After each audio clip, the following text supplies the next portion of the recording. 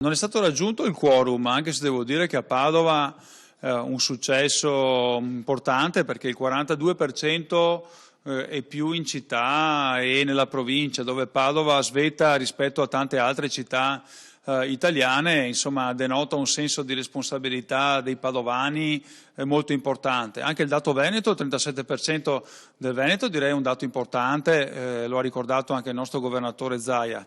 Peccato che a livello nazionale insomma, il dato sia stato effettivamente un po' basso. Dobbiamo anche ricordare che le ultime politiche l'affluenza è stata al 70% e il trend storico è quello che alle prossime politiche l'affluenza sarà ancora minore.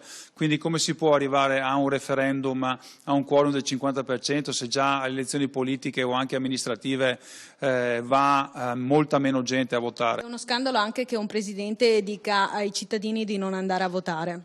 E questo assolutamente, perché poteva tranquillamente dire andate a votare ma votate no. Ma siccome il voto no era un voto a favore delle lobby e quindi ha voluto nascondersi dietro il voto di astensione.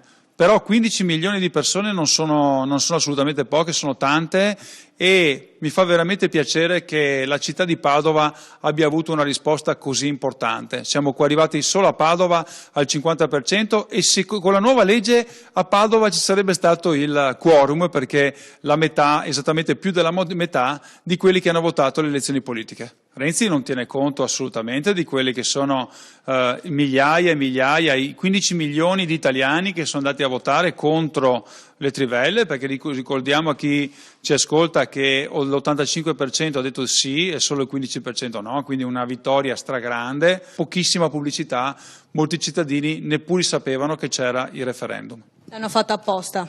L'hanno fatta apposta e un servizio pubblico dovrebbe dare un'informazione. Avrebbe dovuto anche lui andare a votare, perché anche in passato, quando ci sono state dei referendum dove si poteva non essere d'accordo, si andava comunque a votare. Ovviamente il tema era delicato, un tema di lobby, un tema di grandi interessi di carattere economico, e hanno vinto gli interessi economici, questa è la realtà. Se ne faccia una ragione, Renzi, questo sicuramente non è un voto al suo governo, lo vedremo più avanti, il voto al suo governo.